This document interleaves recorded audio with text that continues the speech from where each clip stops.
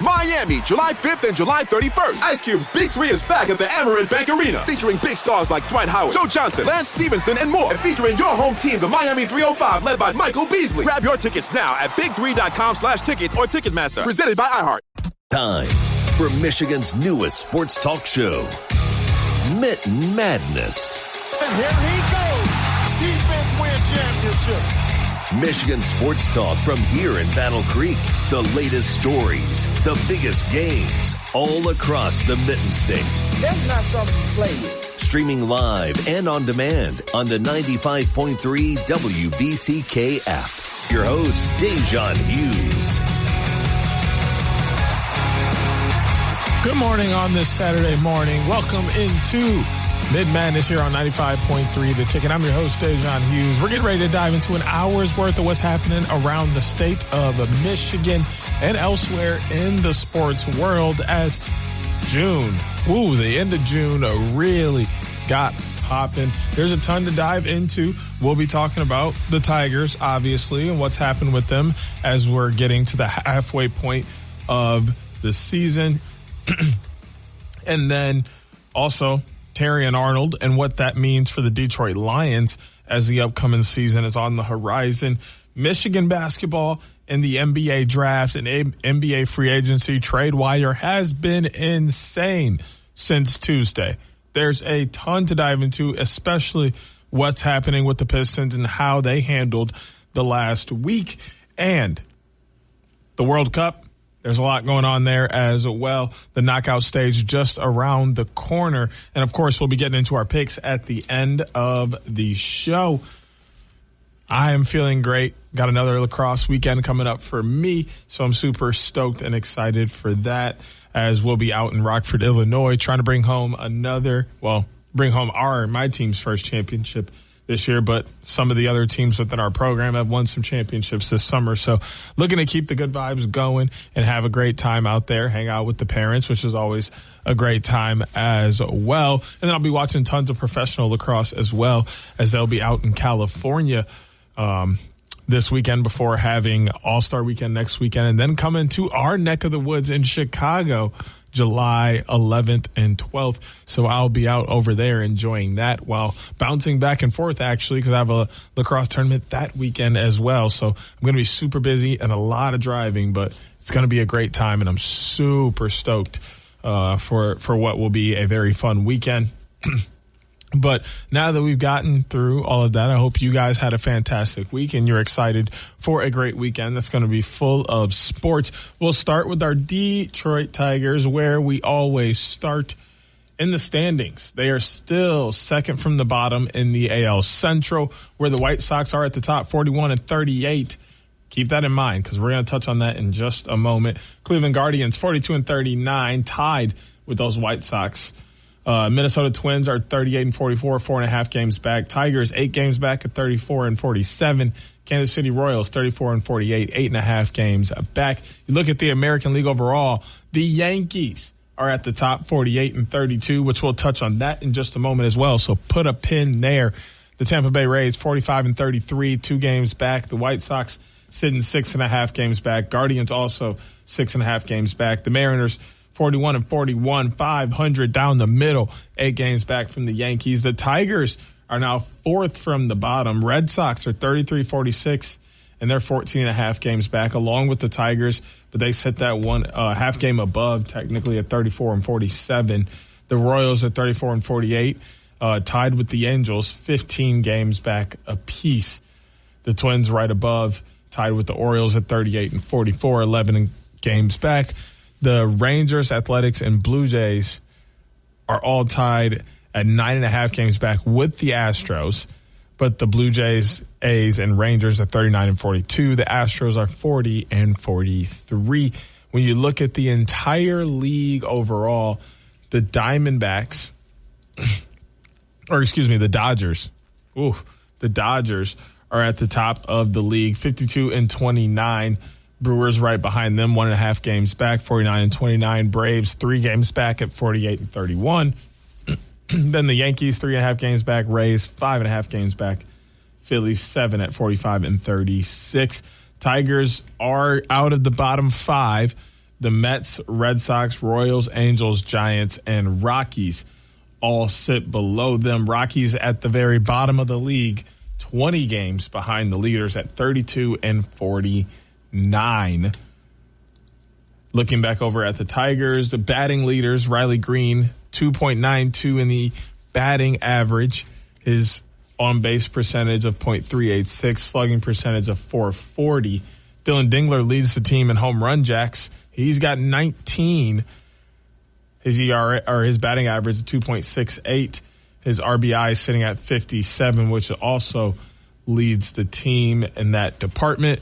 Pitching, Framber Valdez in the ERA, 3.91. He's got 4 wins, 75 strikeouts. He also leads the team in wins now, which is an interesting stat because Tarek Skubal's back, so we're going to be expecting him to pick up some wins here pretty soon. And Jack Flaherty still leads the team in strikeouts, 78.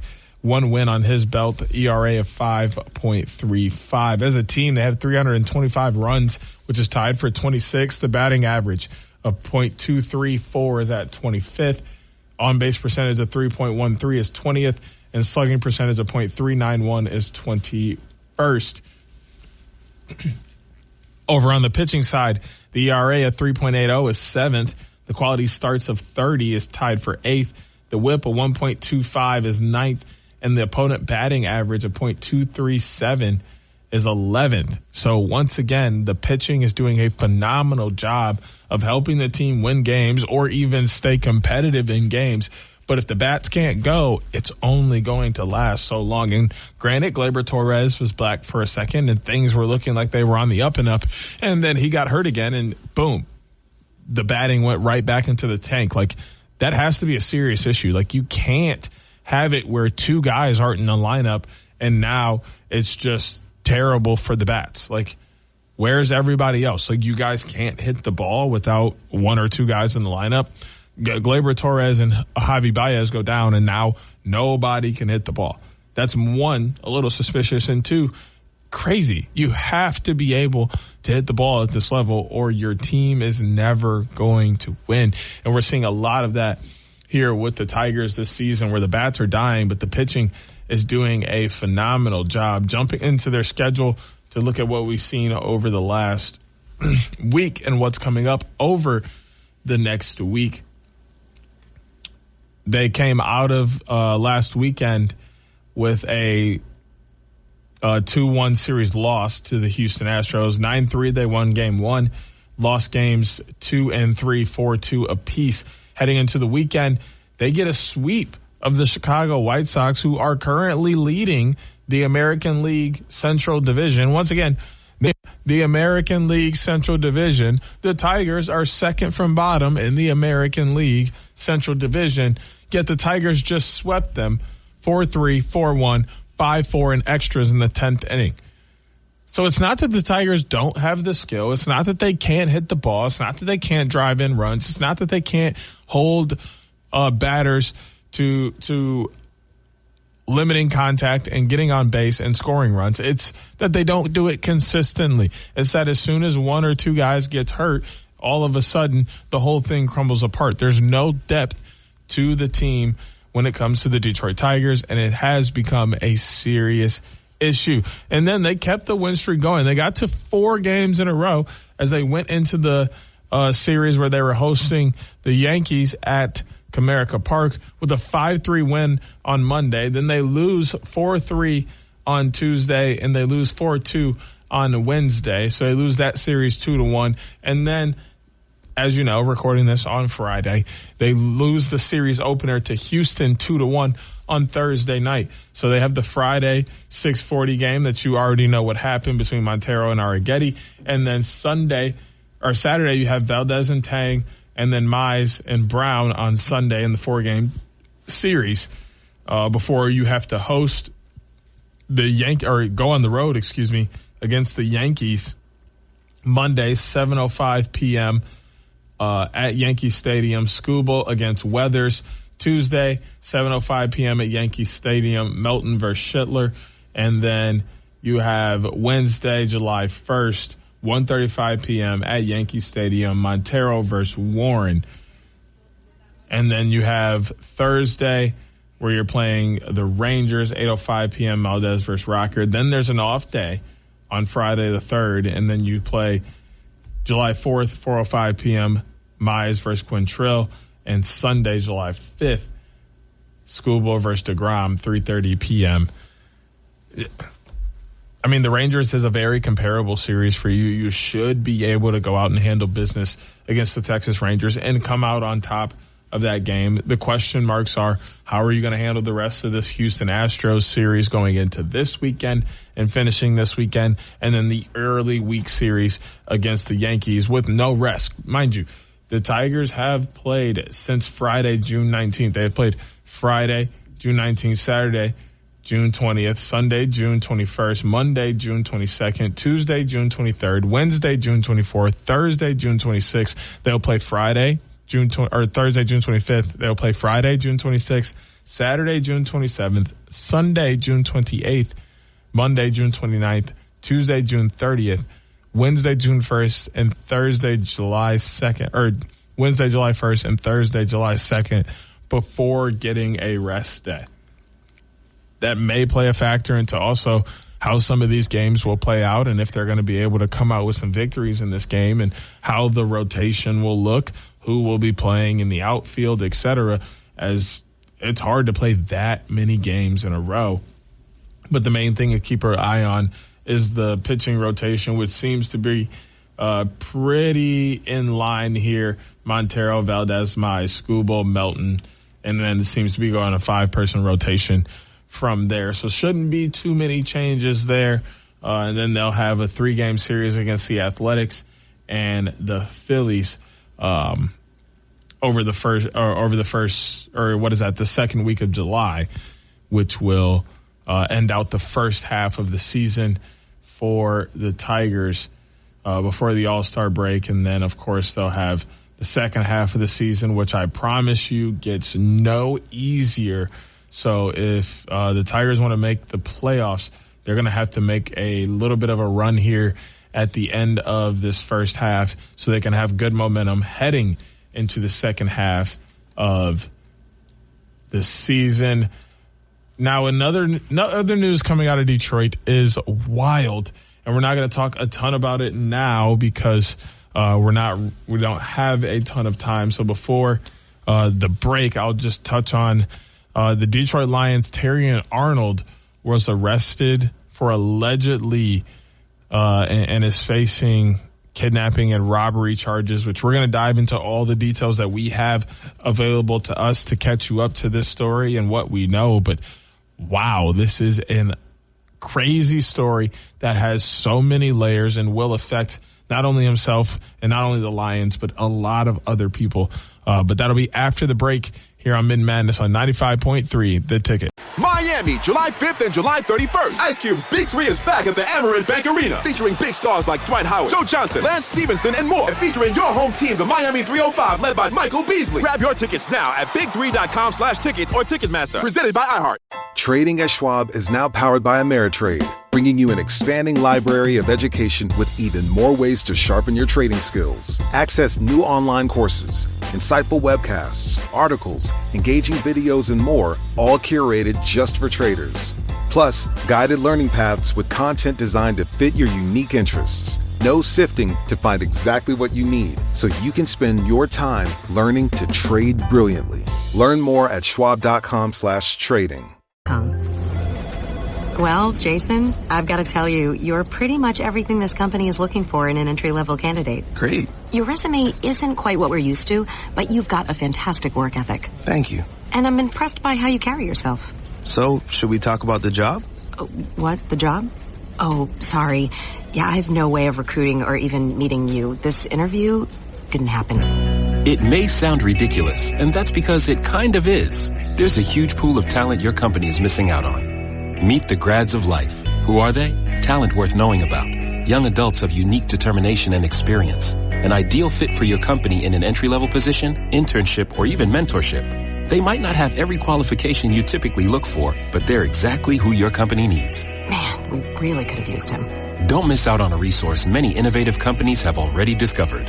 Go to gradsoflife.org to learn how to find, cultivate, and train this great pool of untapped talent. Brought to you by the Ad Council and gradsoflife.org.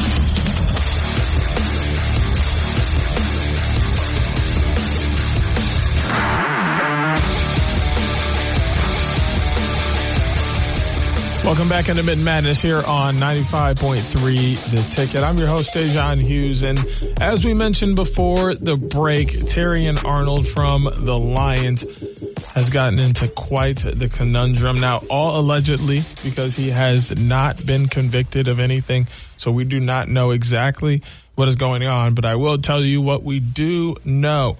Detroit Lions cornerback Terrion Arnold is facing multiple felony charges after he was arrested Wednesday in Tampa, Florida, in connection with the robbery and kidnapping in early February. Tampa police previously arrested 6 other individuals involved in a targeted armed robbery that took place shortly after midnight on February 4th, during which 3 men were pistol whipped, held at gunpoint, and robbed, according to police. Police say Arnold was the primary conspirator. He is accused of coordinating and directing the co-defendants to lure the 3 men to an apartment where the assault occurred, according to a release from the state attorney's office. Arnold turned himself in and was taken into custody at Orient Road Jail in Hillsborough County on Wednesday night. He faces 4 counts of kidnapping and 4 counts of armed robbery, which carry a potential sentence of life in prison. He is scheduled to appear in Hillsborough County Court Thursday afternoon. In court on Thursday, those counts were amended to 3 counts of kidnapping, 3 counts of armed robbery, 1 count of conspiring to kidnap, and 1 count of conspiring robbery. And then, obviously, all carry that heavy sentence. Still, the state attorney's office said it would file a pretrial motion to keep Arnold in jail until trial. A date for that hearing has not been set. According to police investigation, the incident began after personal property belonging to Arnold and others was stolen February 1st from an Airbnb that Arnold rented in Largo, Florida, and periodically stayed at with the 6 co-defendants, Ariana Del Valle, Jasmine Randazzo, Lindell Hudson, Christian Williams, Bokai Hilton, and Freddie Lee Hughes III, and other friends. Arnold, Hilton, Hughes, and other individuals reported property loss totaling more than $250,000 to the Largo Police Department on February 3rd.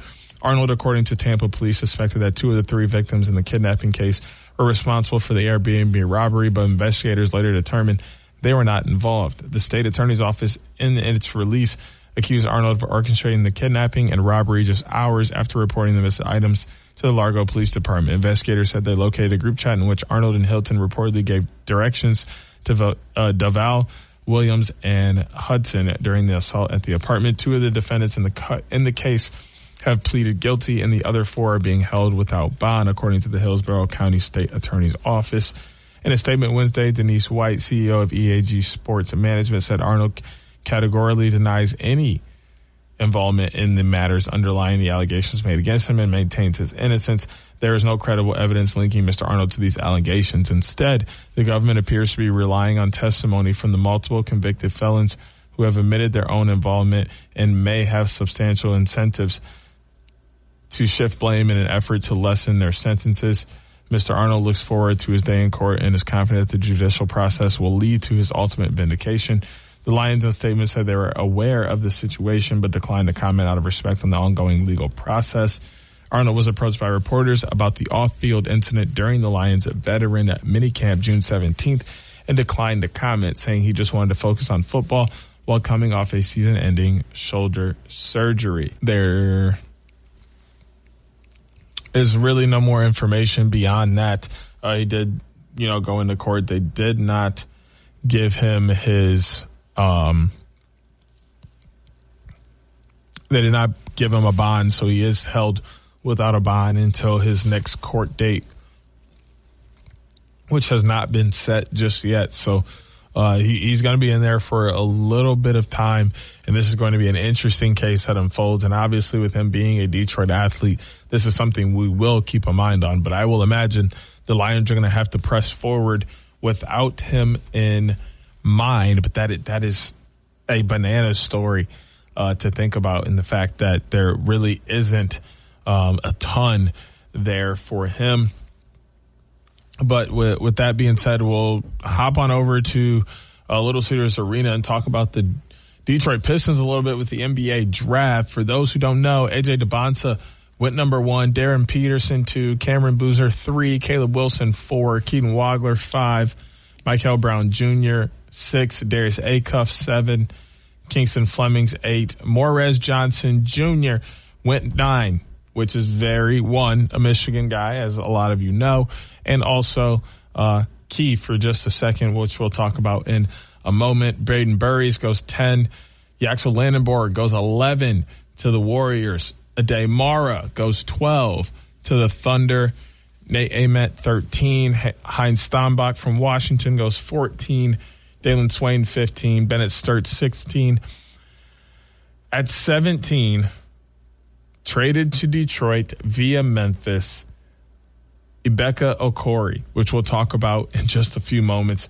Or really, we can dive into it right now. I mean, he's an elusive guard who plays low to the ground, changes pace effectively, and has a good feel for getting to his spots. Although he's on the smaller side, he can be disruptive defensively. He's small and slight for a lead guard, and there are questions around what level of passer he will be in the NBA. While comfortably shooting from deep, he can be streaky on threes. Okori was a surprise one-and-done player, riding the wave of a strong freshman season in the draft. While his skill set may project more easily as a second-unit playmaker, the shot creation he showed as an 18-year-old freshman was no less impressive. He showed a considerable knack for scoring and vaulted himself into the first-round picture. Memphis capitalized on the strong demand for guards in the range of the draft. ESPN's Sharms Charnier reported the Grizzlies traded back again to number 21 with the Pistons moving up. Okori has had quite the rise, riding momentum from a surprise one-and-done year at Stanford. The Pistons were known to be searching for offensive help and another ball handler. Take the pressure off star Cade Cunningham. Okori should fit the bill, and this is absolutely true. A lot of people have questions about Ibuka Okori and how good he's going to be at this level. Granted, he's 6'2", 185, and that is a little small, but he is the 12th best guard. He is the 24th best player overall in terms of how they are looking at the prospects. And at the same time, did y'all know he played at Stanford and he had 8 30-point games in ACC conference play.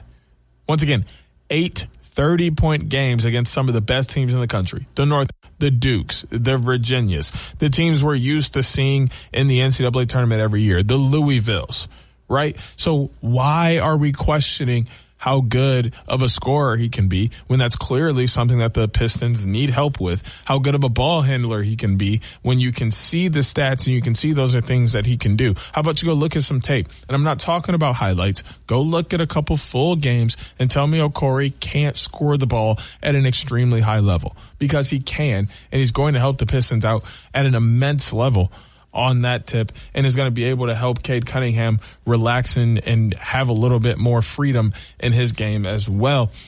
Christian Anderson Jr. goes 18. Allen Graves goes 19. Jaden Quintance goes 20 to the Spurs, which is insane because that team is just, they're nasty. Kareem Lopez goes to Memphis. LeBaron Philon Jr.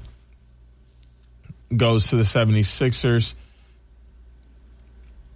Zubi Ejiofor goes to the Hawks. Cameron Carr goes to the Knicks. Sergio Delaria goes to the Lakers. Terrence Reed Jr. goes to the Nuggets. Chris Sanak Jr. goes to the Celtics. Joshua Jefferson to the Timberwolves. Alex Caravan sneaks into the first round and goes to the Cavaliers. And Koa Pete just makes it as the last guy in the first round to the Mavericks, which I believe he's actually going to end up as a Knick. It says traded to Phoenix via the Knicks, but hey, I don't know how that's going to work. I just know he's got a Maverick sign next to his name, and that's who's there. Bruce Thornton goes 31, Richie Saunders 32, Isaiah Evans 33, Malik Thomas 34, Trevon Brazile 35, Baba Miller 36, Ryan Conwell 37, Braden Smith 38, Jack Khalil, 39. Dylan Mitchell, 40. Otega Owe, 41. Jacoby Gillespie, 42. Tyler Bilodeau, 43. Malik Brown, 44. Emmanuel Sharp, 45. Felix Okpara, 46. Tyler Nickel, 47. Toby Lawal, 48. Bryce Hopkins, 49. Jaden Bradley, 50. Isaiah Nelson, 51. Henry Vassar, 52. Ugana Unyesu is going to be a Piston. He was traded to the Pistons. He's out of Virginia. And a little tidbit here. He just broke the NCAA blocks record for a single season. You know who held it before him? Anthony Davis. And now he owns the record. Why? Because he went out there and dominated, because he's a giant and is a great prospect. As a rim protector, the NBA length, Yesu was the country's second leading shot blocker with 2.9 per game. Outside of defense on Yesu's game is limited. He often struggles to score and doesn't have much of a secondary skill set. Coming from NBA Academy Africa, and Yesu blossomed at Virginia, his third school, as the defensive backbone of a 30-6 team. Those defensive skills will lead to be elite enough to stick in the NBA, but he's a valid developmental depth option in the second round. The Knicks traded back into 53rd and then out of it, with the Pistons moving in to grab on Yesu. He's a talented shot blocker who gives Detroit depth up front after trading away big man Isaiah Stewart. It's a great plug and play for Isaiah Stewart, even though you have B-Ball Paul, who will certainly be above him. LeJay Jones, 54. Nick Martinelli, 55. Veselov Ischenko goes 56. Narisi Nagoya goes 57. Jerron Pierre Jr. goes 58. Trey Kaufman-Renn goes 59. And Malik Lewis goes 60. But with that being said, there's a lot to talk about with Michigan, as Dusty May has moved on to be the head coach of the Dallas Mavericks, which is why that's such a big deal for Morez Johnson to have gone 9 to the Dallas Mavericks, being reconnected with his college coach who knows his skill set the best and will be able to pair him with Cooper Flagg and anyone else that they bring into that locker room to generate success. That team's going to be great, but also it leaves the University of Michigan and that team with a lot of question marks. So we'll touch in a little bit more on the Dallas Mavericks, Dusty May, and Morez Johnson Jr. reconnecting, but also where that leaves Michigan and more in the next round, or in the next segment after the break here on Mitten Madness on 95.3.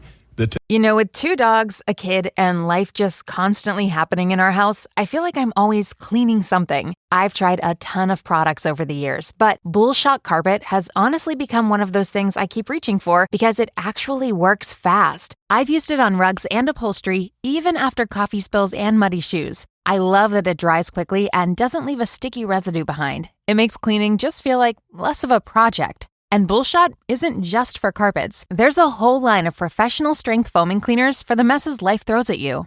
There's Bullshot Pet for pet stains and odors, Bullshot Degreaser for kitchen grease, and Bullshot Barbecue for grills and grates. No matter the mess, Bullshot handles it. Just shake, point, and spray. Now, for a limited time, get up to 20% off Bullshot and free shipping when you text BULL to 64,000. That's BULL to 64,000 for up to 20% off and free shipping. That's BULL to 64,000. Message and data rates may apply. Miami, July 5th and July 31st. Ice Cube's Big 3 is back at the Amerant Bank Arena, featuring big stars like Dwight Howard, Joe Johnson, Lance Stevenson, and more. And featuring your home team, the Miami 305, led by Michael Beasley. Grab your tickets now at big3.com/tickets or Ticketmaster. Presented by iHeart. Limited. As an organ donor, your story doesn't have to end. The good in you can live on. In fact, you could save up to 8 lives with your gifts.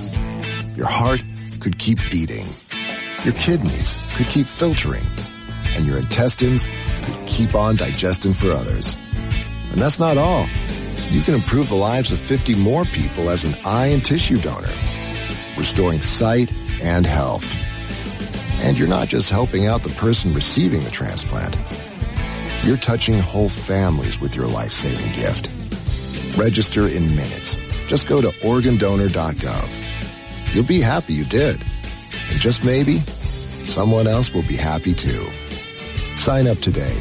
Go to organdonor.gov. It saves lives.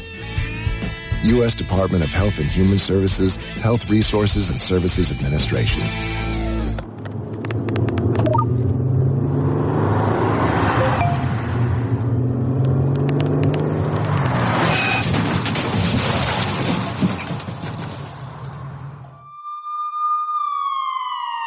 These are the sounds of someone taking their eyes off the road. Texting while driving is more than distracting. It's dangerous. Do Washington a favor. When you're on the road, stay off the phone. A message from CTIA, America's wireless companies, and the National Safety Council.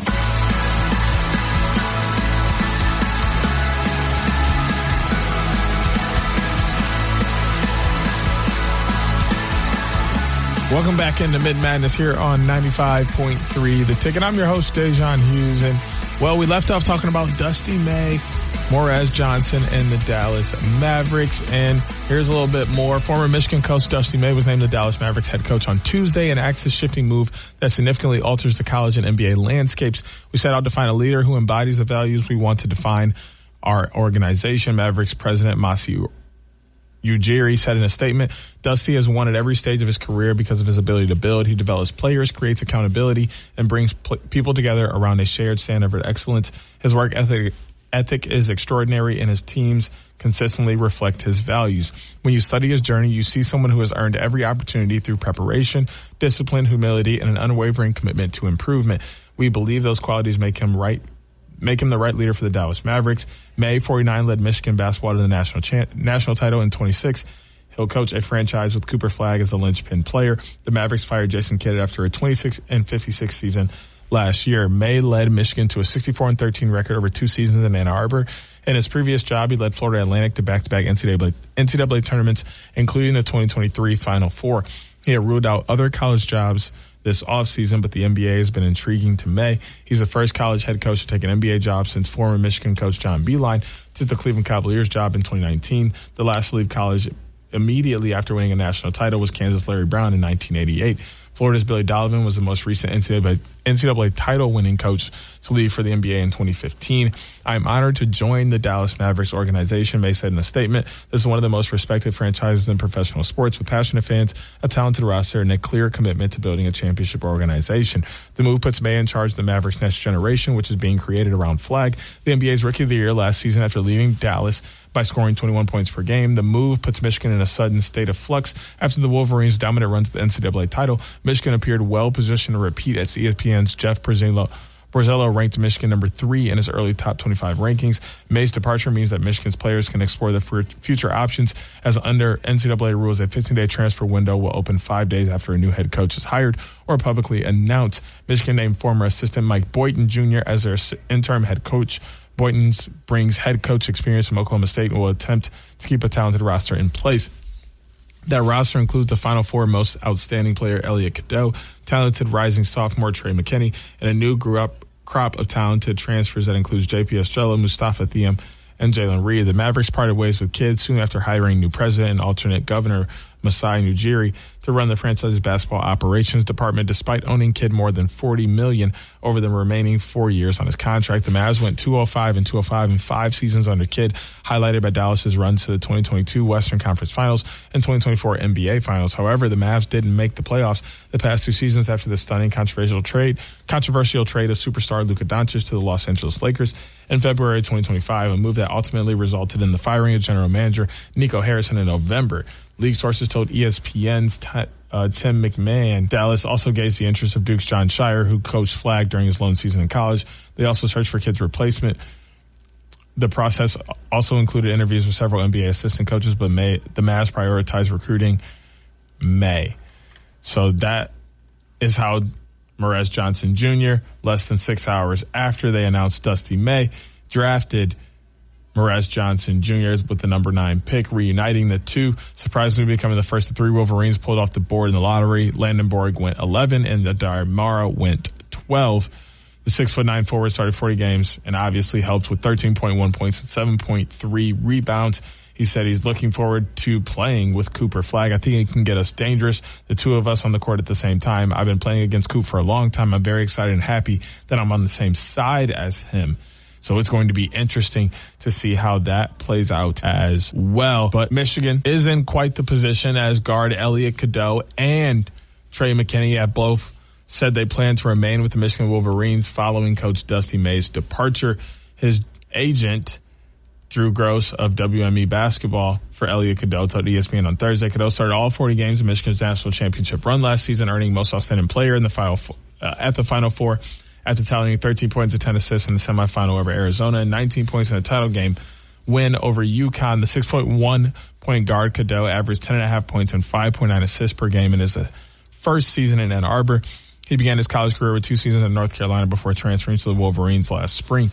Cadeau is the second key player returning, definitively announcing his return following Trey McKinney's announcement earlier in the week. McKinney was one of the best bench players in the country as a freshman, averaging 9.9 points per game and setting up a likely breakout season in 26-27.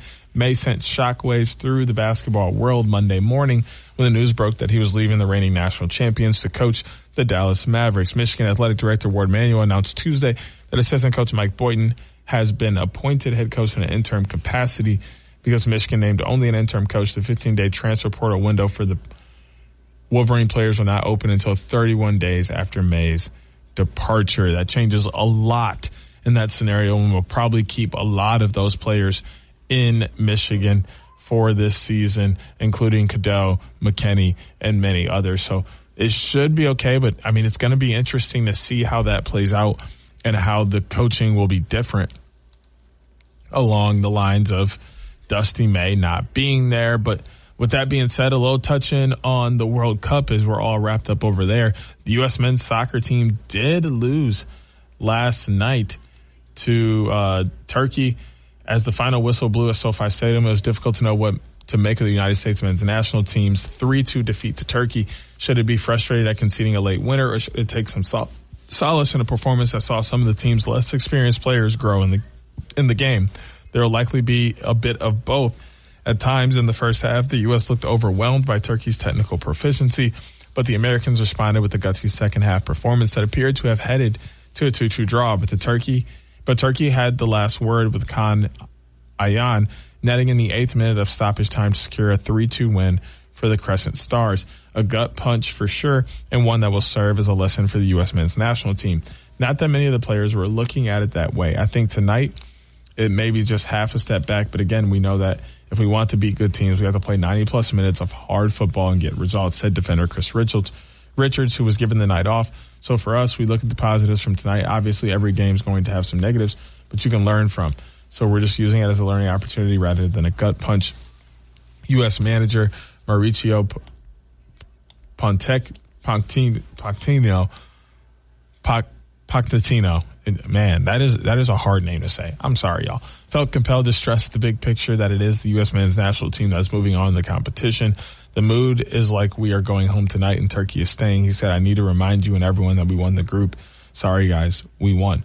It was a performance that was by no means an oil painting with huge oscillations between positive and negative play. This was to be expected given that the manager fielded a heavily rotated lineup. The Americans' play was aided by the return of Christian Pulisic. His entrance in the 58th minute, his first minutes in the tournament since coming off at halftime in the opening match against Paraguay, saw the U.S. immediately look more fluid in attack. Prior to his entrance, the U.S. had been heavily reliant on set pieces. It showed just how much better the hosts are when Pulisic is on the field.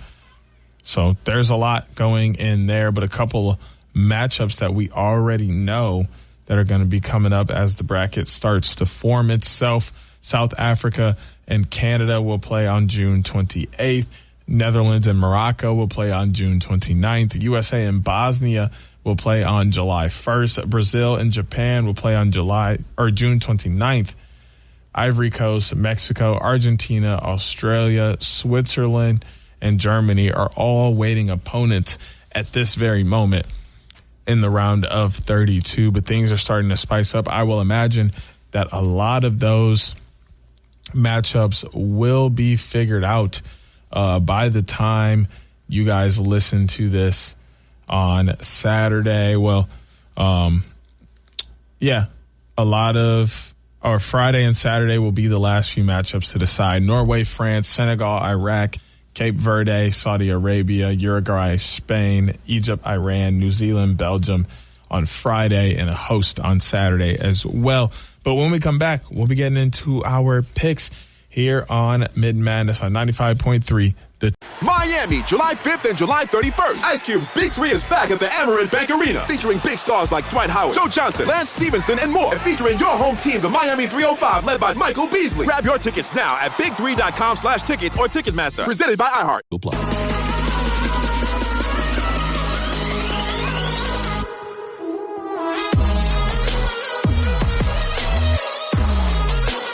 Welcome back into Mitten Madness here on 95.3 The Ticket. Breaking news here as I'm recording this, the Thunder are trading Isaiah Evans to the Pistons for multiple picks. I just got that from Sharms Charnia notification on my phone from ESPN. So recording this here on Friday, that just came through. So I guess the Pistons are still trying to make moves, but I'm going to be honest, I'm still not convinced that they have gotten everything they need to make things happen, but eventually they will. But enough of that. It's time for us to get into my favorite part of the show, the picks, which you can play right along with us using the chat feature on the 95.3, the Ticket app. All you have to do is listen to the picks every single week. There's always 6 of them. And then, of course, I'll be sitting here telling you why I'm so good at what I do and why I know all the things that I should know about ball and why all my picks are going to be right. And then I'll do a little more research and babble some more.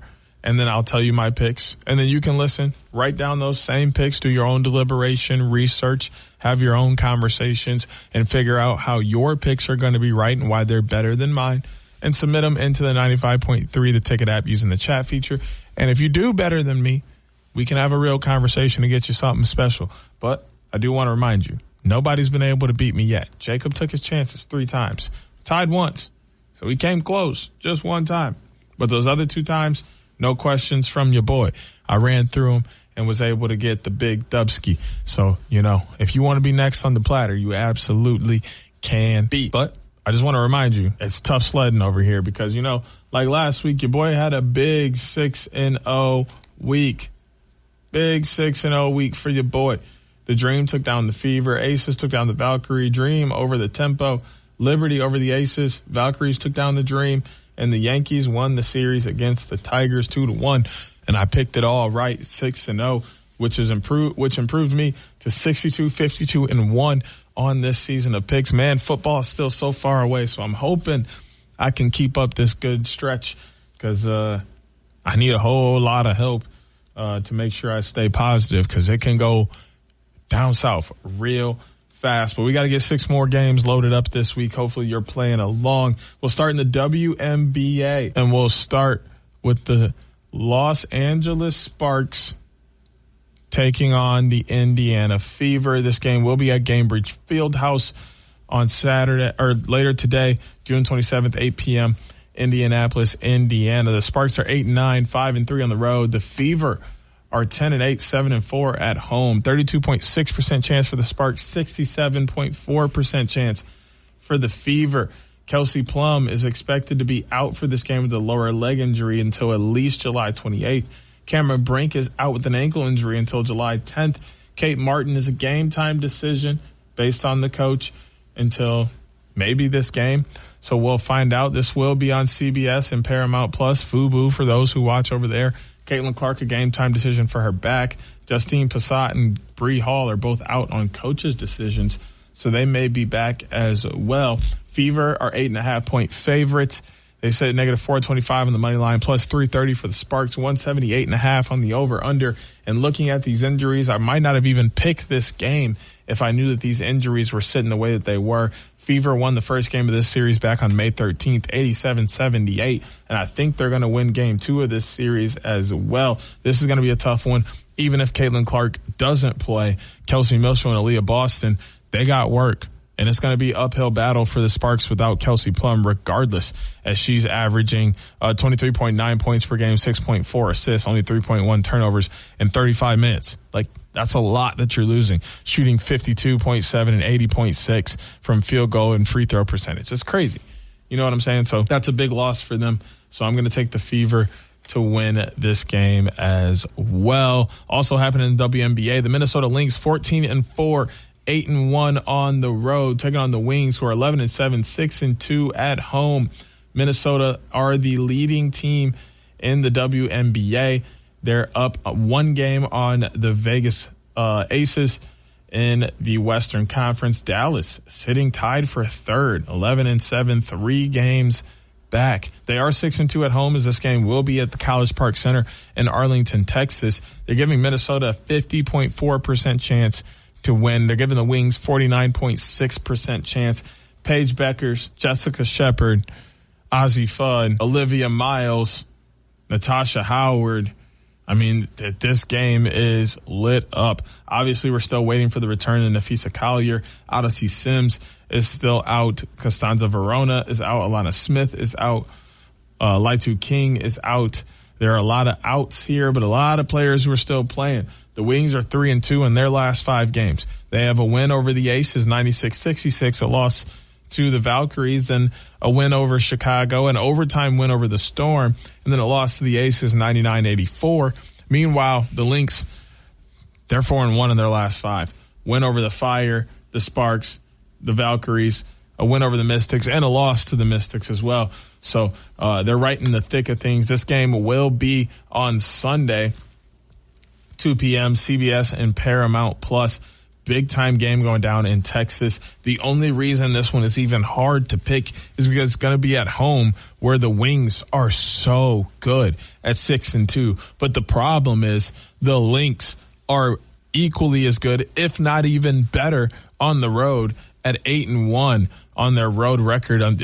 8 of their 14 wins are on the road, so they've only won 6 home games, and then 1 of their 4 losses is on the road. So they've lost 3 games at home. They're 6-3 at home and 8-1 on the road. That is crazy work. And then when you look at this series, the Lynx have already won the first 2 games, 90-86 back on May 14th, and then 176 on June 9th. I think that they win a third and win the series, even if they lose the last game here. So I'm going to take the Lynx to come out victorious over the Wings. Liberty versus Valkyrie going down on Sunday. It's going to be on ESPN Disney Plus, 7 p.m. Liberty are 12-7, 6-3 on the road. Valkyries are 11-7, 8-3 at home. They're giving the Liberty a 54.3% chance. Valkyries 45.7% chance. Chase Center in San Francisco, California. Satu Sabali, a game-time decision with a head injury. Brianna Stewart was out on rest, a game-time decision in that game as well. But it looks as if she will return.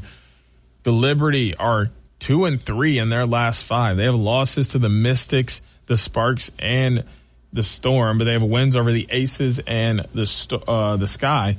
Valkyries are 3-2 in their last 5, wins over the Sparks, Wings, and Dream, but losses to Minnesota and the Aces. This game is at home, where the Valkyries are 8-3. They play very well. Brianna Stewart will play. They did beat the Liberty at home 87-70, or beat the Liberty on the road 87-70 back on May 21st. I got to think the Liberty's going to want to get their get back, and Brianna Stewart's going to be healthy, even without Satu Sabali. She's got help in Pauline Astier and many others who can fill the bucket. Gabby Williams, Kayla Thornton, and Veronica Burton will have their hands full, even though they got them the first time. I do think the Liberty strike back and are able to grab this win on the road, where both these teams are playing in good environments for themselves. So it'll be interesting to see how that plays out. But I think with Brianna Stewart coming back, and they better hope Satu Sabali doesn't come back, because if she does, I really don't think the Valkyries will have enough to compete with both Brianna Stewart and Satu Sabali healthy, playing, and with a little vengeance after dropping the first game. So I'm going to take the Liberty there as well. Brazil and Japan will be playing in the round of 32 on Monday, 1 p.m., Fox 1, Telemundo, Fubo. They'll be playing at NRG Stadium in Houston, Texas. Money line, -135 for Brazil, plus 390 for Japan. 2.5 goal favorites are Brazil, or half goal favorite is Brazil. 2.5 goals sits on the over-under. There is a plus 280 for a draw that will lead to penalty kicks. In their last 5 head-to-head matchups, Japan 3-2 in a friendly in 2025, 1-0 friendly in 2022 for Brazil, 3-1 friendly in 2017 for Brazil. I'm a little confused at how this one played out here. It's pointing toward Japan getting the win. But no, they didn't. Brazil won 4-0 over Japan in international friendly in 2014, and then a 3-0 win for Brazil in 2013 as well. So, I mean, looking at that history, am I going to pick anything other than Brazil? No. I already was coming in thinking I was going to like Brazil, but that almost solidified it. Japan has had a horrible time playing against Brazil. So coming up on July 1st, 8 p.m. on Fox 1, Telemundo, and Fubo, United States will take on Bosnia. Will be at Levi Stadium in Santa Clara, California. USA negative 225 on the money line, 1.5 goal favorites, 2.5 sits on the over under, plus 650 for Bosnia, a plus 360 for a draw. In the last three matchups, a 1-0 friendly for United States in 21, a 0-0 tie in 2018, and a 4-3 friendly win for America in 2013. America's 3-2 in their last five. Bosnia has 3 draws, a loss, and a win in their last 5. Looks like America has not only the home field advantage, but also a little bit of momentum on their side. Not that I was going to go against USA while they're at home anyway. I'm going to take the United States over Bosnia, and we're going to move on because there's nothing else to talk about there. South Africa will take on Canada later today, 3 p.m. on Fox 1, Telemundo, Fubo, SoFi Stadium, Inglewood, California. Plus 450 for South Africa, negative 140 for Canada. Canada's a half-goal favorite, 2.5 on the over-under, plus 270 in the draw compartment. Last friendly goes to South Africa, 2-0 back in 2007. South Africa has 2 wins, a loss, and 2 draws in their last 5. 2 draws, 2 wins, and a loss for Canada. I mean, everything's pointing toward Canada. I don't know what to think. I want to pick South Africa, but I don't really like them, so I'm going with Canada. That gives me Fever, Lynx, Liberty, Brazil, USA, and Canada. Make sure to get your Tigers coverage here on 95.3 The Ticket. And we're going to be back next week, talk more Michigan sports and elsewhere on Mitten Madness on 95.3 The Ticket. Join Da'Jzon Hughes every Saturday morning at 10 a.m. for Mitten Madness on 95.3 WBCK. Miss the show or want to run it back? Stream Mitten Madness on demand on the WBCK app. Sponsored by AirwayCashForJunkCars.com. Miami, July 5th and July 31st. Ice Cube's Big 3 is back at the Amerant Bank Arena, featuring big stars like Dwight Howard, Joe Johnson, Lance Stevenson, and more. And featuring your home team, the Miami 305, led by Michael Beasley. Grab your tickets now at big3.com/tickets or Ticketmaster. Presented by iHeart. Hear that? That's the sound of busy. To a restaurant, all that shouting and banging might as well be a symphony. It means the long days and longer nights are paying off. Sure, it's noisy, but there's a worse sound. This, not busy. Busy means business, which is why Toast gives restaurants the tools and tech they need to help them perform under pressure. Sounds pretty good, right? Toast, built for busy.